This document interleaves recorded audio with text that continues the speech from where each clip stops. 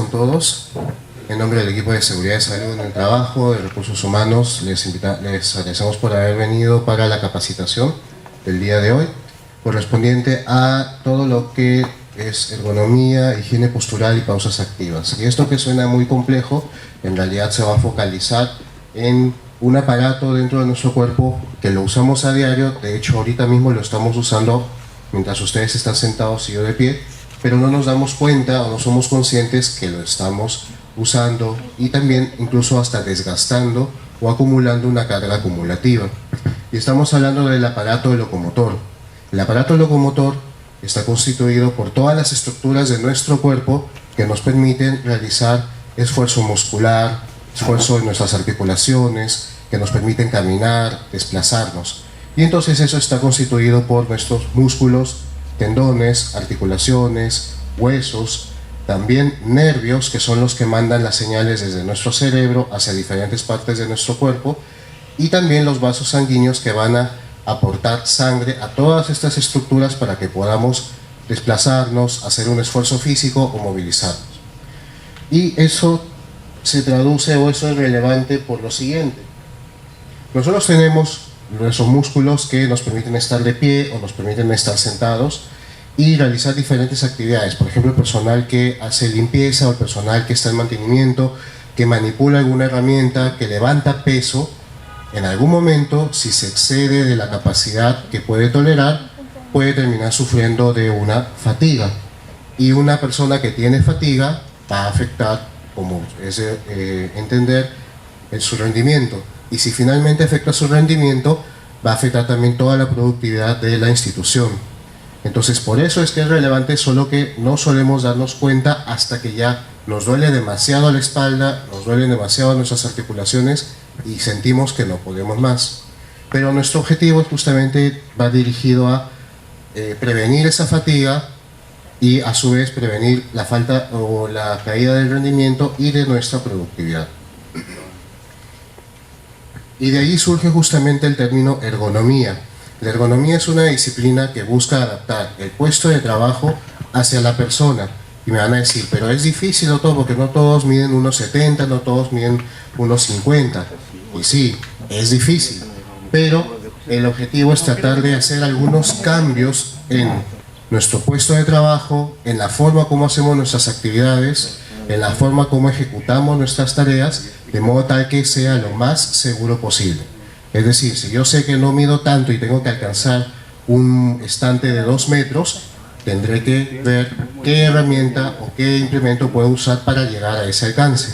Si yo sé que soy más bien muy alto y no voy a poder alcanzar alturas muy bajas, tengo que ver cómo poder asumir una postura que no les lastime tampoco tanto las rodillas para alcanzar una altura tan baja.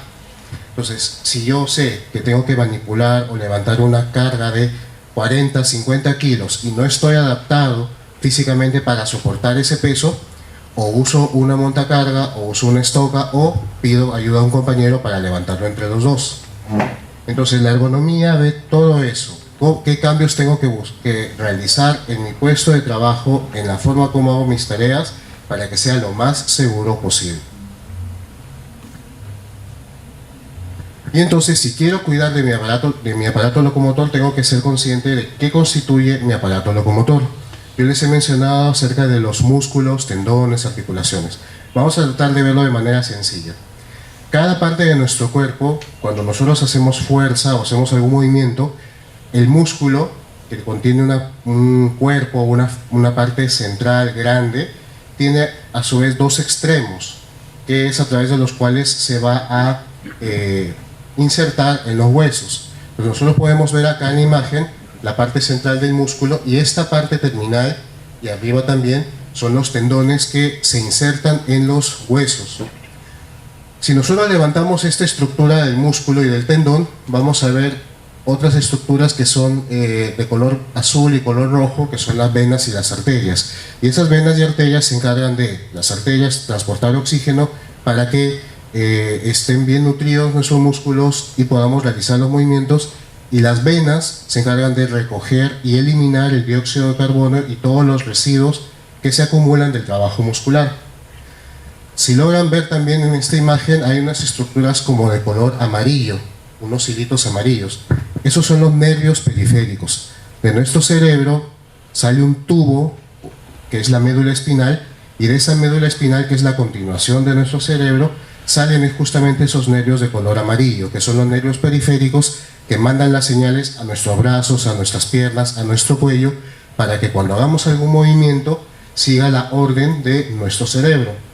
Entonces, cada vez que nosotros hacemos un movimiento como los que vemos en las imágenes, todas estas estructuras trabajan de manera coordinada, no de manera aislada, sino que todo tiene que entrar bien coordinado, y por eso es importante cuidar que cuando realice algún movimiento, cuando asuma alguna postura o cuando haga manipulación de alguna carga, no le termine causando daño a alguna de estas tres estructuras.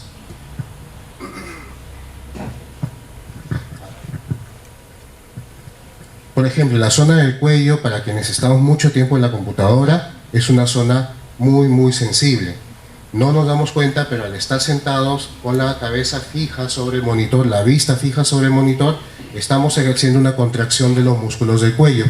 Si el monitor está más abajo, por ejemplo usando una laptop, tendemos a flexionar más el cuello de lo debido, y eso también tensa toda esta zona.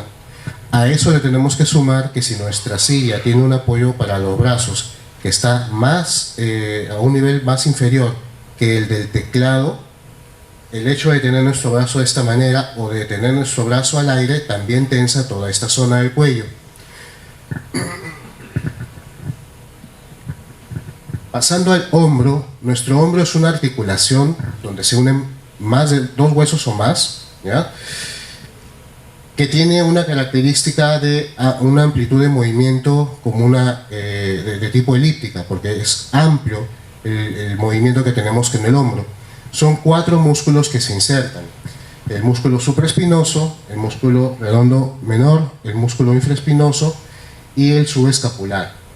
Estos 4 músculos, cada vez que yo hago algún movimiento por encima del hombro, y eso era muy frecuente en los docentes, en los profesores que escribían en la pizarra, antes que escribían a mano, o quienes realizan manipulación de cargas y tienen que colocar la carga por encima del nivel de los hombros, se pueden lesionar justamente este conjunto de tendones, que los 4 juntos se llaman manguito rotador. Y entonces, aunque no es una fractura, el daño acumulativo en estos tendones sí me puede causar mucho dolor e incapacidad para realizar mis actividades.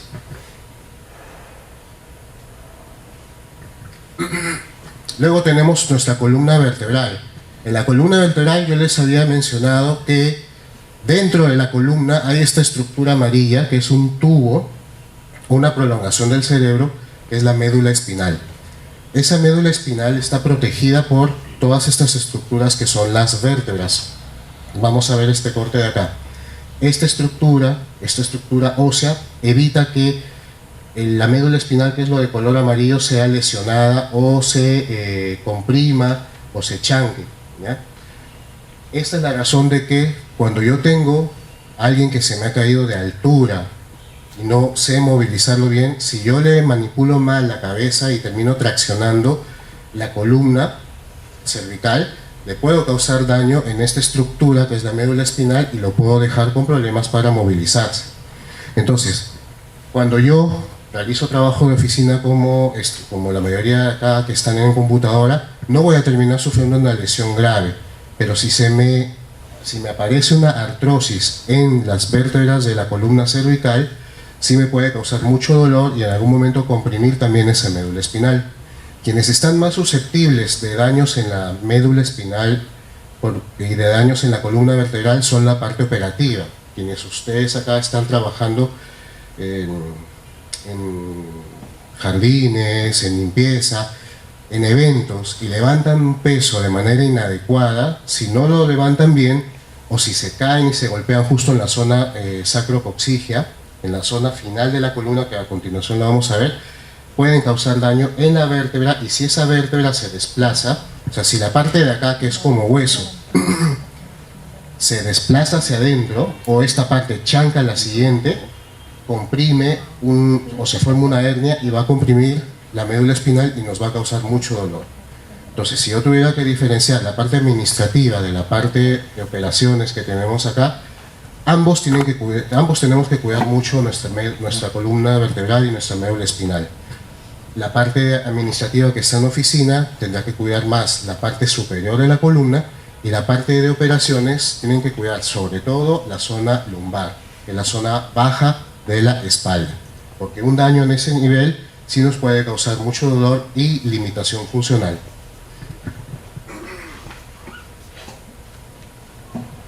Para entenderlo aún más, a ver, Jorge, ¿nos puedes ayudar por favor pasando adelante un momento? Adelante, Jorge.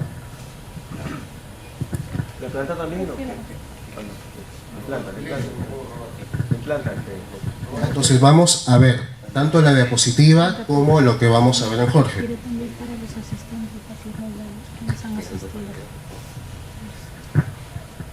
Relajado, como si no estuviera. Entonces, nuestra columna vertebral comienza, como van a ver en la diapositiva, justo en la base del cráneo. De la base del cráneo vienen 7 vértebras, que son las primeras 7 vértebras cervicales, que más o menos están formando una C, dispuestos, como van a ver acá en Jorge, hacia adentro.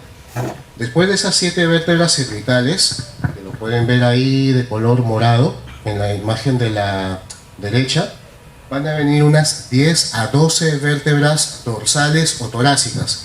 Cuando nosotros decimos, hoy esta persona está un poco jorobada, esa famosa joroba está en la zona dorsal. Dorso o torso, que viene a ser las 10 a 12 vértebras torácicas o dorsales, que es lo que vemos que más bien sale o protruye hacia afuera. Las cervicales hacia adentro, las dorsales hacia afuera. Después de esas 12 vértebras torácicas vienen unas 4 a 5 vértebras lumbares, que en la diapositiva lo van a ver de color naranja. La zona lumbar es la zona baja de la espalda. Y después de esa zona lumbar, que es donde generalmente aparecen las hernias de la columna, viene la zona de color azul, que es la zona sacrocoxígea, que es la parte final de la columna y donde ya viene la región glútea. Entonces nuestra columna más o menos tiene la forma aproximada de una S. ¿Se entiende eso? ¿Sí? Entonces esos 4 colores, morado, verde, naranja, azul, lo vemos también en Jorge. ¿Por qué es importante tener presente esta forma de la columna? ¿Qué sucede cuando yo le digo a Jorge?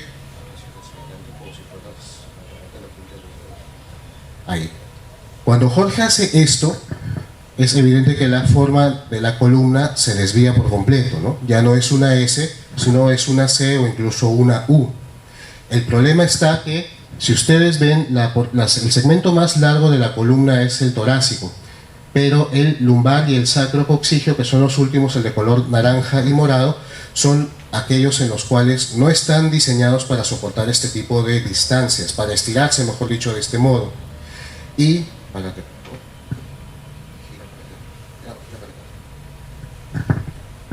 además, la columna vertebral está en el centro, y a los costados de la columna vertebral hay unos músculos, que son los músculos paravertebrales. Los músculos paravertebrales están dispuestos de manera longitudinal o vertical.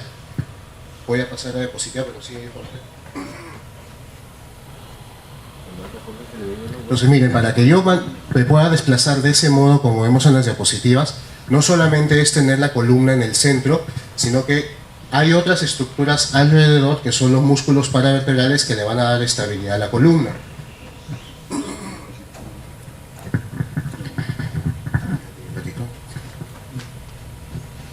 Lo que ya les había dicho, las cuatro regiones de la columna: cervical, en este caso lo ven de color amarillo; torácica o dorsal, de color celeste; la lumbar, que es de color verde; y la sacrocoxígea, que es de color rojo.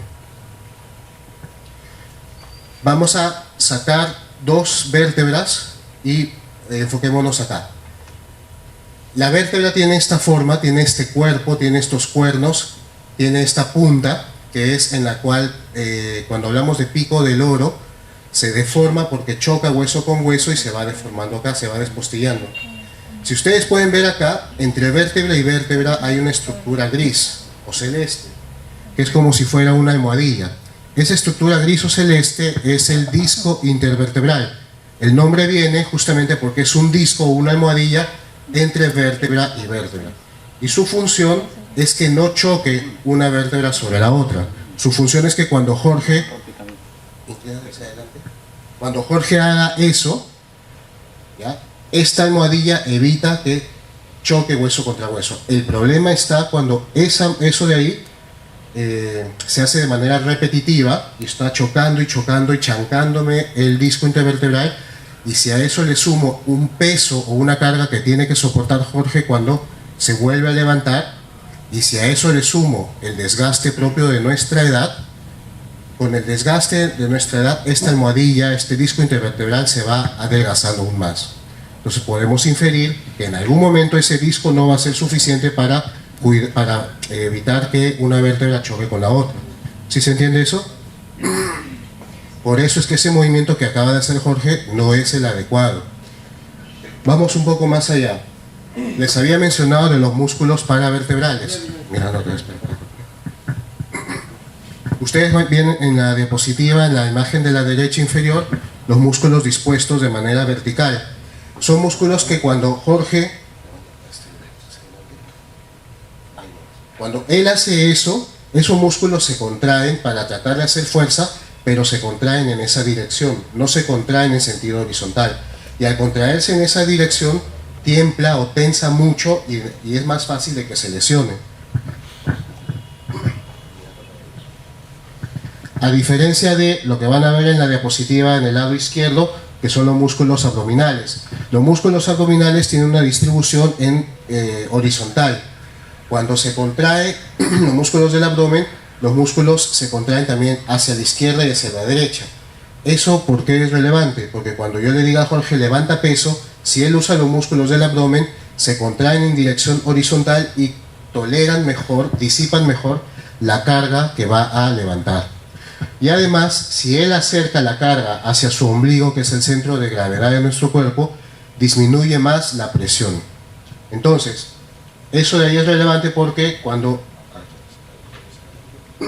él hace eso, solamente... Imaginemos que va a levantar una caja. Cuando él hace eso, solamente tiene como fuerza básicamente los músculos paravertebrales, que son los que vemos ahí. En cambio, cuando él hace esto, tiene como punto de apoyo primero la fuerza de sus músculos de las piernas, y segundo, él no va a usar los músculos paravertebrales en esta posición. Los músculos que va a usar son los músculos abdominales. Entonces tiene dos fuentes de fuerza: los muslos de las piernas y los músculos del abdomen. Adicionalmente, si él coge el objeto que va a levantar y lo aproxima a su ombligo, está disminuyendo también la carga o el peso de lo que va a levantar. Y entonces, cuando él hace eso, tiene las dos fuentes de apoyo, tiene el centro de gravedad, la caja en el centro de gravedad, y va a causar menos esfuerzo, menos daño que si utilizara los músculos paravertebrales. Obviamente hacer este tipo de movimiento o de técnica es más laborioso, es más tedioso. Algunos dirán, pero qué complicado que es cuando tengo que hacer nomás esto y ya está. Pero en el hacer esto, ese movimiento brusco, ese movimiento inesperado, puede hacer que el músculo paravertebral se contraiga y cause mucho dolor. Y les debe haber pasado, de repente alguno dice, se me cayó el lapicero, me agaché para levantar y ya no me pude levantar. Y eso sucede por la tracción de los músculos paravertebrales. ¿Se entendió? Listo, gracias. Y es más, si ese músculo paravertebral se contrae más, o se contrae tanto que roza estos nervios de color amarillo, que si los ven, el dolor ya no solamente se queda en la zona lumbar, sino que por todo el lado donde discurran estos nervios va a causar dolor. Y si es el nervio ciático que va hasta la punta del dedo gordo del pie, me va a doler incluso así, ¿no?, irradiado hacia abajo. De ahí viene justamente que muchas personas que tienen lumbago, dolor lumbar, lumbalgia, lumbociática, la principal causa es justamente de origen muscular. Cuando hay una inflamación en esa zona lumbar y causa dolor, Si ya tengo un dolor que se irradia hacia la pierna, sí o sí tengo que descartar que no haya una hernia. Pero puede que al final no tenga una hernia y haya sido solamente un dolor de origen muscular. Pero si yo ya tengo un dolor donde se irradia hacia la pierna, me hace sospechar de que se ha afectado el nervio ciático. Y tengo que descartar que no haya habido una hernia entre los dos discos, entre los dos cuerpos vertebrales, perdón, que me esté causando el dolor. Nuevamente, para reforzar lo que les decía, los músculos paravertebrales, con esa imagen, y el por qué debemos de cuidar que la médula espinal nunca sea lesionada. Esta imagen también es importante que lo comprendamos. Probablemente una persona de 20, 30 años tiene lo que vemos arriba, el disco intervertebral normal. Fíjense en las estructuras de color morado. Todo lo que ven de color morado entre hueso y hueso son los discos intervertebrales, porque está entre vértebra y vértebra. Arriba, una persona normal, que no tiene desgaste del disco intervertebral. Conforme nos hacemos mayores, así como se desgasta el cartílago de las rodillas, de los hombros y nos duele, o subimos las escaleras y sentimos que nos duele también en cada pisada, se va degenerando el disco entre vértebra y vértebra. Y algunas personas se habrán dado cuenta que cuando tenían 30, 40 años medían 1,77 y al llegar a los 50 o a los 60 miden 3 centímetros menos, 2 centímetros menos. Y eso pasa porque este disco se va reduciendo. Y entonces, si yo tengo un espacio cada vez menor entre vértebra y vértebra, la longitud de mi columna va a disminuir. Y entonces mi estatura va a disminuir también un poco. No es que uno se achique o vaya perdiendo altura de la nada, sino que en eso se centra justamente en la pérdida de la longitud o de la altura de los discos intervertebrales, que va a disminuir también un poco la estatura, ¿no? O sea que a Gerardito se le desgastaron los discos entonces. ¿Por qué esto es relevante? Miren donde dice aquí disco adelgazado. Si ustedes comparan con lo de arriba versus lo de acá, ven cómo se ha adelgazado, cómo está bien finito, y eso va sucediendo con el paso de los años. Entonces ahí voy perdiendo estatura. ¿Qué sucede cuando esto se adelgaza tanto que en el movimiento que hizo Jorge hacia adelante choca vértebra sobre vértebra? Si ustedes ven acá, miren cómo se ha ido deformando el hueso, cómo se ha puesto tortuoso y cómo se ha formado esto también, estas puntas. Miren, comparen acá que está plano, arriba está más plano, y acá cómo se han formado estas puntas. Esas puntas son los osteofitos, o que comúnmente le llamamos picos de loro, ¿ya? Y esos picos de loro sí causan bastante dolor. Y seguro que acá algunos le han detectado picos de loro en su radiografía. Más aún, si yo tengo el disco, cuando yo le dije a Jorge que levante peso, si no lo levanta bien, o se excede en el peso que va a levantar, o se va para atrás y se golpea justo en la zona lumbar, puede lesionarse este disco y protruir y formar esa pelotita de ahí. Y esa pelotita es la hernia discal o hernia del núcleo pulposo, o hernia que está ubicada entre las dos vértebras, y es la que causa dolor, la que afecta el nervio ciático y me puede causar el dolor que se irradia desde la zona lumbar a lo largo de toda la pierna. Doctor, hay siempre comentarios sobre, por ejemplo, que dicen que gente que va, por ejemplo, al gimnasio o que hace mucho deporte, sufre al desgaste con una frecuencia más rápida, se puede decir, ¿no? Con un tiempo más rápido, que se desgastan sus cartílagos, se desgasta todo. ¿Es cierto eso o es como una mentira para no ir al gimnasio o no hacer deporte?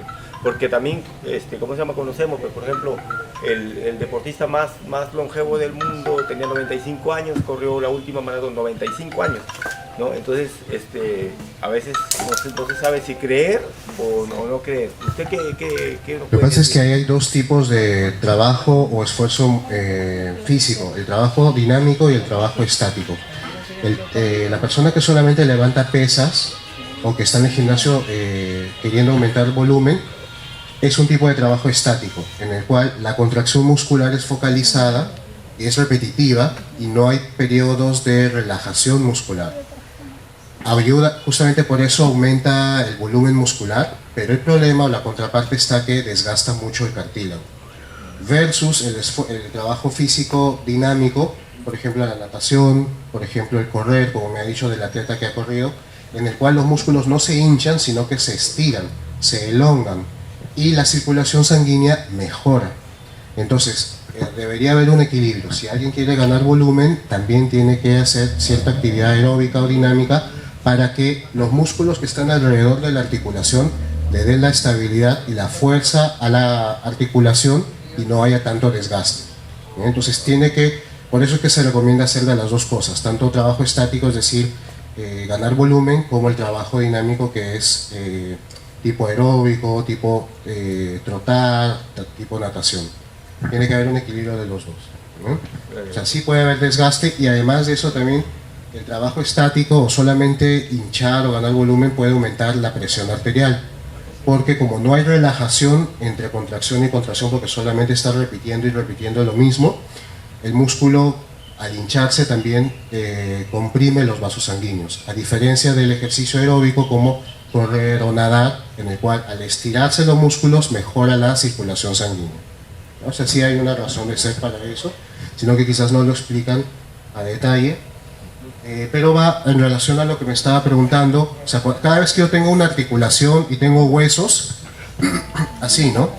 Yo doblo, flexiono la zona que voy a trabajar, y estos morados son los cartílagos que debo de cuidar, que alrededor de eso están los músculos y los ligamentos que le van a dar estabilidad.